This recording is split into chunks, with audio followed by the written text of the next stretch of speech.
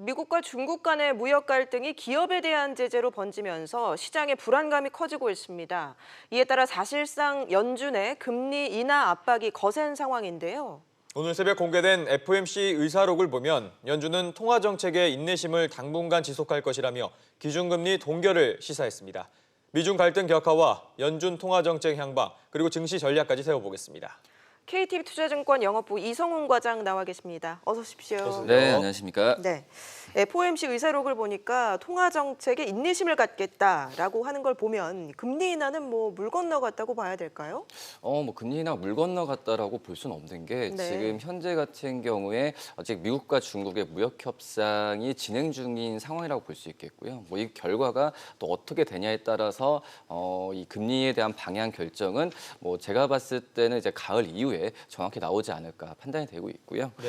우선 FOMC 의사록으로 봤을 때는 예상했던 것보다는 좀 재미가 없었다라고 좀 생각이 좀 되고 있고 네. 우선 그 금리 인하에 대한 무게를 약간 좀 뒀었는데 오히려 연준 위원들 같은 경우가 미국 경제에 대해서 낙관적인 시각을 오히려 더 많이 비쳤다는 게 저는 개인적으로 더 의외였다라고 좀 생각이 되고 있고요. 네. 그렇기 때문에 금리 인하에 대한 부분이 어떤 그 미국과 중국의 무역 전쟁의 포커스에 맞추면서 얘기가 됐던 상황인데 지금 같은 경우에는 오히려 이 부분을 비껴 나가서 이 경기에 대한 어떤 좀 긍정적인 전망 그리고 인플레에 대한 의견이 오히려 집중이 됐던 부분에 본다고 한다면 이 금리에 대한 인하라기보다도 어떤 이제 방향성에 대해서 다시 한번 재고한다. 이런 부분이 이번 의사록과 이 연준 의장의 그 발언을 좀 주목을 했던 상황이지 않나 이렇게 좀 판단이 됩니다. 네, 자 오늘 공개된 의사록이 5월 초, 그러니까 미중 무역 협상이 좀 순항을 할 때의 기준으로 봤던 거지 않습니까? 그렇죠. 예. 그런데 이제 미중 무역 갈등이 좀 더 고조되고 심화되면서 그 여파가 나타나면 좀 달라질 수 있지 않았을까요?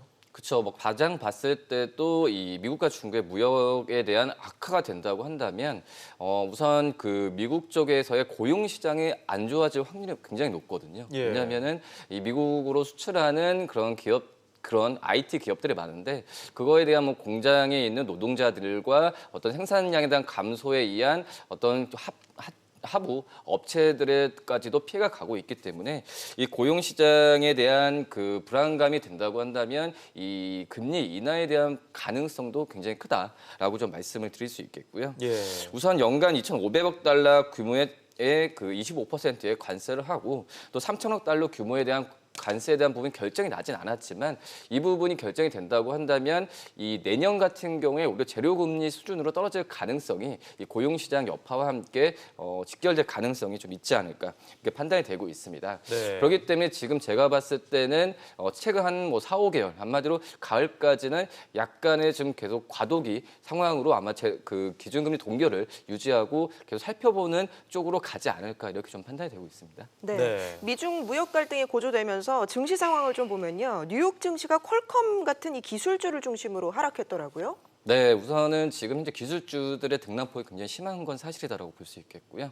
하이에 대한 제재에 대한 부분에 있어서 미국 기술주들이 오히려 떨어지는 모습을 본다고 했을 때 이런 퀄컴의 반독점법에 대한 위법 판결이나 여러 가지로 봤을 때도 S&P 500 지수 중심으로 미국 증시의 어떤 키이지 않을까 지금 생각이 되고 있고요. 미국과 중국 무역 전쟁에 대한 부분은 우선 그 협상 일정이 정해지지 않았다는 점에서 봤을 때는 장기화될 가능성이 굉장히 크다라고 볼 수 있습니다. 그렇기 때문에 미국 증시가 우상향 방향으로 가진 않을 거라고 판단이 되고 있고 이 변동성이 심화될 가능성도 있다라고 좀 생각이 되고 있고요. 최근 같은 경우에는 이란과의 어떤 그 국제적인 부분도 있기 때문에 이 부분이 유가에 영향을 미친다고 한다면은 미국의 어떤 그 기업들도 업종과 종목들마다 이 변동성이 차이가 날 테고 한마디로 우리나라 마찬가지로 종목별 장세가 미국도 당분간 이어질 가능성이 굉장히 크다라고 좀 생각이 됩니다. 네, 미국 화이의 제재 여부에 따라서 우리 국내 주가도 좀 변동이 있을 것 같은데 네. 아무래도 어떤 종목들이 좀 영향을 미칠까요? 당연히 이제 갤럭시, 삼성전자를 필두로 한 갤럭시 관련주들은 상승세가 나올 가능성이 크고 이 애플의 이 아이폰에 그 부품을 대는 기업들한테는 역시 주가가 좋은 영향을 끼치지 않을 거라고 지금 생각이 되고 있고요. 네. 특히 이제 하이와 갤럭시 같은 경우에는 이 아이폰을 제외하면은 이 안드로이드 쪽에서는 거의 시장을 양분하고 있다라고 볼 수 있거든요. 그리고 뭐 중남미나 어떤 동남아시아 쪽에서의 중저가 폰에서의 이 갤럭시에 대한 시장 점유율이 높아질 가능성도 있기 때문에 이 삼성전자뿐만 아니라 이 삼성전자 갤럭시 하부에 이 부품주들한테는 분명히 수혜가 될 가능성이 있다라고 좀 판단이 되고 있습니다. 네. 뭐 대표적으로 봤을 때도 뭐 인탑스나 뭐 대덕전자, 뭐 캠시스 같은 게 이 갤럭시 부품주로서 수혜주로 많이 거론이 되고 있는 상태고, 뭐 아이폰 부품주들 같은 경우에는 말씀드렸듯이 최근 주가 흐름이 보합 아니면 하락세로 시장 대비해서 안 좋았던 영향이 있었거든요. 네. 대표적으로 아시는 아이폰 부품주라고 할 수 있는 뭐 LG 이노텍 그리고 이노스 첨단 소재 같은 이 아이폰 부품주들 같은 경우에는 주가 시장 대비해서 안 좋았던 게 나타났다라고 좀 말씀을 드릴 수 있겠고, 우선 뭐 아이폰에 중국이 또 관세가 부과될 경우에 단기적으로 미국 소비자들 같은 경우에도 이 어떻게 보면 부담이 좀 증가되는 부분이기 때문에 지금 현재 상황에서는 갤럭시 부품주들은 계속해서 살펴봐야 되는 게 맞다라고 좀 생각이 됩니다. 네. 네. 지금 환율 리스크도 초미의 관심사인데요. 1,200원은 일단 사수를 하긴 했지만 위태로운 상황인 것 같습니다. 네. 외국인의 또 이탈 확대 가능성도 있고 이 환율의 민감도가 높은 업종은 어떤 전망을 갖고 계세요?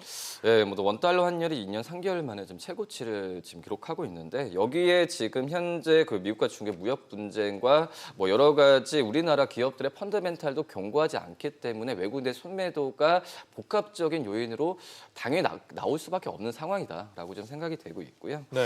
지금 현재 뭐 1,200원 수준의 환율을 고려하면은 외국인들의 매도가 주춤해질 수 있다는 점을 염두에 둘 필요가 있다라고 좀 생각이 되고 있고요.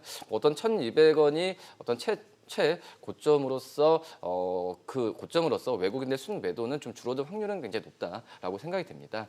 하지만 앵커님께서 말씀하셨듯이 이 환율이 올라가게 된다고 한다면 당연히 우리나라 수출 업종한테는 긍정적인 상황이라고 볼 수 있겠고요. 네.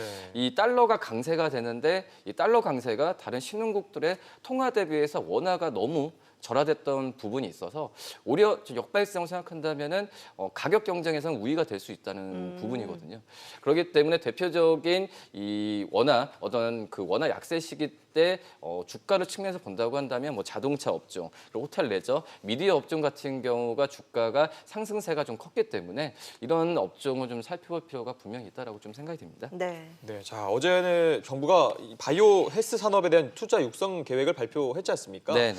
그동안 계속 악재로 하락세를 이어온 바이오 산업, 그러니까 바이오 제약 업종이 좀 더 탄력을 좀 받을 수 있을까요? 그죠. 뭐 최근에 그 악재가 많이 겹쳤었죠. 바이오 업종과 제약 바이오 업종이 겹쳤었는데 우선 정부의 바이오 헬스 산업 활성화 의지가 좀 본격화된다고 한다면 이게 끝이 아니라 본격적인 투자가 이루어지는 부분이거든요. 예. 그렇기 때문에 우선 일단은 이제 바이오 업종에 대한 그 바이오 업종의 전체적인 투자 심리를 좀 바꿨다는 점에서는 긍정적일 수가 있지만, 하지만 아시겠지만 바이오 업종 같은 경우에는 종목마다 그 어떤 같은 바이오라고 하더라도 뭐 적자 기업이 있고 흑자 기업이 있고 또 연구하는 뭐 인상 실험이나 이런 게 분야가 많이 다르다는 점에서 봤을 때는 종목별로 접근해야 되는 전략은 분명히 맞다라고 좀 생각이 되고 있고요. 네. 지금 현재 봤을 땐 바이오 헬스 쪽에서도 어제 문재인 대통령께서 얘기했던 거는 뭐 제약 의료기기 시장 쪽에서의 점유율을 높이겠다. 그리고 신약 쪽에서의 개발을 활성화하겠다는 의지이기 때문에 우선 지금 현재 뭐 제약 쪽 그 바이오보다는 제약이나 아니면 의료기기 종목들을 좀 공략하는 게 낫지 않을까 지금 생각이 되고 있고요. 네. 우선 지금 상위 제약 업체들 같은 영업이익률은 좀 부진한 부분이 있습니다. 그렇기 때문에 어떤 하위 쪽에서의 어떤 기업들 중에서 회사가 좀 특화가 되고 있고 꾸준히 영업이익이 증가하는 기업들을 살펴보는 전략이 중요하지 않나 이렇게 좀 생각이 됩니다. 네. 최근에 또 눈에 띄는 점이 한진칼 주가가 많이 오르고 있는데요. 네. 이 한진 쪽에서는 뭐 소가리를 하고 있다고요. 그죠. 어떻게 보면은 이제 좀 많이 좀 복잡한 상황이라고 좀 볼 수 있겠는데요.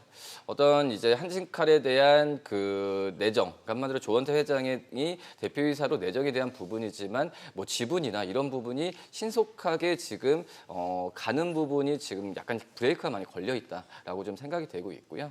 당연히 한진칼의 뭐 그 한진카 주가가 오르게 된다고 한다면 양도세 부분 같은 경우에도 최대 주주이기 때문에 50% 가량을 했던 상황에서 과연 이게 상속이 잘 이루어질까라는 부분도 있다라고 볼 수 있겠고 네. 뭐 조원태자뿐만 아니라 그 조원태자 일가의 그 자수도 상속에 대한 부분도 줄 수도 있기 때문에 과연 조원태 회장이 공동 대표로 선임되면서 이 한진칼의 전체 한진칼이 이제 어떻게 보면 지주회사라 볼 수 있겠는데 전체적 한진그룹을 잘 이끌어갈 수 있는지에 대한 부분도 시장에서 약간 의문점이 남아 있기 때문에 뭐 이 부분은 뭐 예측할 수 없습니다. 이 부분은 어떤 내부적인 사정이기 때문에 이거에 대한 부분 같은 경우에는 좀 계속해서 한번 지켜보는 게 낫지 않을까 이렇게 보입니다. 네. 네, 자, 최근 우리 시장이 좀 많이 흔들리고 있고 출렁이고 있는데요. 투자 전략 간단하게 좀 말씀해 주신다면 어떻게 할까요? 저는 우선은 그 지켜봐야 된다라고 좀 말씀을 드릴 수 있겠고요. 한마디로 선대응보다는 후대응이 제일 안전한 상황이라고 볼 수 있겠고 지금 현재 우리나라 시장이 다른 여타 뭐 미국이나 중국 대비해서 이런 글로벌 경기 리스크는 똑같이 받고 있지만은 펀더멘탈은 더 안 좋기 때문에 우리나라 시장에서 외국인들 수급에 대한 방향성을 예측할 수 없다라고 좀 생각이 되고 있습니다. 네. 그렇기 때문에 종목들에 대한 종목별 전략이 좋겠고 최근 이런 시장이 부침이 있었을 때 잘 가는 종목들 한마디로 모멘텀인 종목들을 선별하는 게 낫지 않을까 이렇게 보입니다. 네. 지금까지 KTB 투자증권 영업부 이성훈 과장과 함께했습니다. 말씀 고맙습니다. 네, 감사합니다. 고맙습니다.